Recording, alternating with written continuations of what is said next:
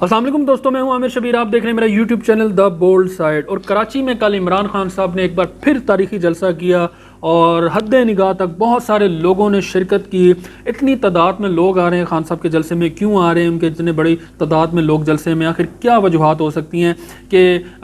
12 15 16 17 18 19 20 جتنی بھی جماعتیں ہیں سب مل کر خان صاحب کو جو ہے وہ چت نہیں کر پا رہی ہیں؟ آخر کیا وجہ ہے کہ وہ اکیلا مرد مجاہد میدان میں جو ہے آ رہا ہے اور ان کو للکار رہا ہے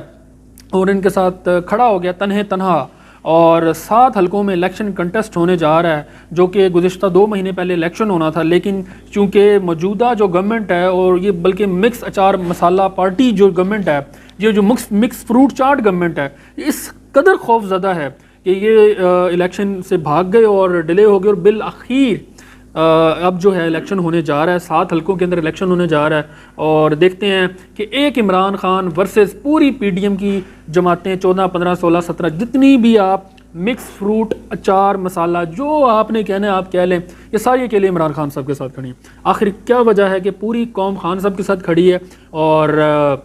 ایک سروے کے مطابق 70 to 80% جو قوم ہے اس وقت وہ پوری خان صاحب کے بیانیے کو ایکسیپٹ کر کے بیٹھی ہوئی ہے اور ایگری کر رہی ہے خان صاحب کے ساتھ۔ اور جو موجودہ جو گورنمنٹ ہے وہ اس قدر خوف سے ان کی کانپیں ٹانگ گئی ہیں کہ جس کا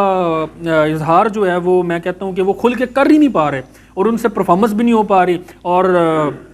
پھر انہوں نے دیکھیں انہوں نے کیسا ایک پینترا کھیلا۔ 1 مہینہ پہلے جنرل باجوہ صاحب لنڈن میں گئے، وہاں پہ ڈیل ہوئی، نواز شریف صاحب سے ملاقاتیں ہوئی، وہ میں نے گزشتہ ویڈیو میں بھی آپ کے سامنے انکشاف رکھا،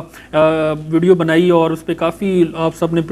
پذیرائی بھی کی۔ اور اس کے علاوہ وہاں پہ اس کے بعد جس طرح سے آڈیو لیکس ہوئیں، اسحاق ڈار آئے، یہ سارا ایک ایسا گیم تھی جس سے آڈیو لیکس کر کے اسحاق ڈار صاحب کو جو ہے وہ وزیر خزانہ بنا دیا گیا، لوگوں کو آڈیو لیکس کی طرف گمراہ رکھا گیا۔ اور اس کے بعد جو ہے اب لانگ مارچ کی عمران خان صاحب کے اوپر بڑی پریشر ہے کہ جی وہ لانگ مارچ کریں اور عوام کو انگیج کریں اس مہنگائی کے خلاف، اس کرپٹ گورنمنٹ کے خلاف۔ اور خان صاحب اگر اس طرح کے احتجاج کرتے ہیں، کہتے ہیں ایک اندازے کے مطابق جو طاقتور حلقے ہیں وہ کہیں اپنا راستہ نہ لے لیں اور پھر سب کی چھٹی ہو جائے ایک لمبے عرصے کے لیے۔ اب میری بات کو سمجھیں، عمران خان صاحب جو اینکر ہیں انہوں نے بھی اپنی ویڈیو میں اس بات کا انکشاف کیا کہ اگر خان صاحب فوری طور پہ احتجاج کی کال دے دیتے ہیں، یعنی دھرنے کی کال دے دیتے ہیں، لانگ مارچ کی کال دے دیتے ہیں، تو یہ جو دوسری قوتیں جو راولپنڈی کے اندر موجود ہوتی ہیں، خاص طور پہ راولپنڈی کے اندر ان کا مرکز ہے، کہیں یہ وہ اس موقع کا فائدہ اٹھا کے سارے سیاستدانوں کی چھٹی نہ کروا دیں۔ تو خان صاحب ساری چیزوں کو مد نظر رکھے ہوئے ہیں اور قوم کا پریشر بھی ہے خان صاحب کے اوپر کہ کیونکہ قوم بھی اپنی جگہ بالکل رائٹ کھڑی ہے کہ کیونکہ وہ مہنگائی کی چکی میں پس گئی ہے۔ بجلی کے بلوں کا حال دیکھ لیں، سبزیوں کے ریٹ دیکھ لیں، بیکری آئٹمز کا حال دیکھ لیں، گندم دیکھ لیں، ایک عام آدمی کی زندگی جو ہے نا وہ مفلوج سے مفلوج ہو کے رہ گئی ہے، تباہ کر دی انہوں نے۔ بجلی کی لوڈ شیڈنگ دیکھ لیں، بجلی کے بل ایسے آتے ہیں جیسے پاکستان پتہ نہیں 24 گھنٹے اسی میں رہتا ہے، ایک چولہا جلنا مشکل، گیس تو بالکل غائب ہو گئی ہے۔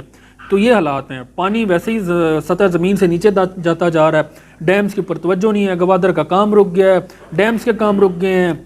اس گورنمنٹ کو صرف اور صرف اپنے آقاؤں کو خوش کرنا ہے، اسرائیل کو خوش کرنا ہے، امریکیوں کو خوش کرنا ہے۔ آج جیسے جو بائیڈن کا بیان آیا کہ پاکستان جو ہے وہ اپنی ایٹمی ہتھیاروں کی حفاظت نہیں کر پا رہا، اس کو نان سیریس کنٹری ہے، ورسٹ کنٹری ہے، پتہ نہیں کیا کیا اس نے کہا۔ تو اب میں کہتا ہوں کہ ہمارے جو ان کے سلیوز ہیں، اپنے آقاؤں کے جو سلیوز یہاں پہ بیٹھے ہیں، انہوں نے تو کوئی جواب سوال نہیں کرنا۔ ایز اے پیٹریوٹک پاکستانی ہمیں ہی انیشیٹو لینا ہوگا، ہمیں ہی قدم اٹھانا ہوگا، ہمیں ہی بات کرنی ہوگی، ان سے ٹکر لینی ہوگی۔ جس طرح عمران خان صاحب جو اینکر ہیں وہ کہتے ہیں کہ ٹکر کے لوگ ان کو پہلی دفعہ ملے ہیں، اور یقینی طور پہ ہمیں نہ صرف اپنے اندرونی جو ان کے پیروکار ہیں بیرونی طاقتوں کے، ان سے ٹکر لینی ہے، ٹکر دینی ہے، ان کو ٹف ٹائم دینا ہے، بلکہ ان کے جو آقا ہیں جو باہر بیٹھے ہوئے ہیں ان کو بھی ٹکر دینی ہے۔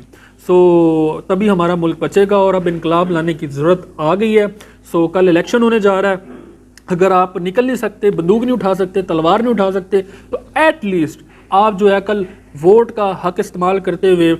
7 حلقوں سے خان صاحب کو جتوائیں۔ میں خان صاحب کے بالکل وہ ساتھ نہیں کھڑا ہوا، لیکن ان کے بیانیے کے ساتھ کھڑا ہوں، کیونکہ اس وقت وہ رائٹ پوزیشن پہ، اگر وہ رانگ پوزیشن پہ ہوں گے ان پہ بھی تنقید ہوگی۔ اس ٹائم جس طرح سے یہ چور گورنمنٹ عوام کا مینڈیٹ جس کو یہ چوری کر کے آئے ہیں، وہ چور دروازے سے داخل ہوئے ہیں، گیٹ نمبر 4 9 8 کی پیداوار بن کے آئے ہیں، اور رات کو جس طرح سے شب خون انہوں نے مارا ہے وہ پوری قوم نے دیکھا، جس طرح سے 12-1 بجے عدالتیں کھلی اور پھر کیا تماشا لگا وہاں پہ، فوج کی گاڑیاں کیا کر رہی تھیں جو پارلیمنٹ تھی اس کے سامنے، پھر عمران خان صاحب آدھی رات کو جس طرح سے گھر گئے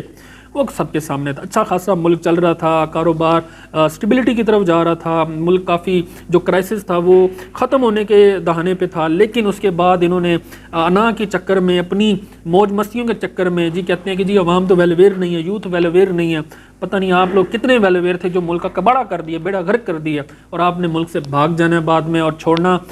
جو ہے وہ ہمیں چھوڑ جانا ہے، اور آپ نے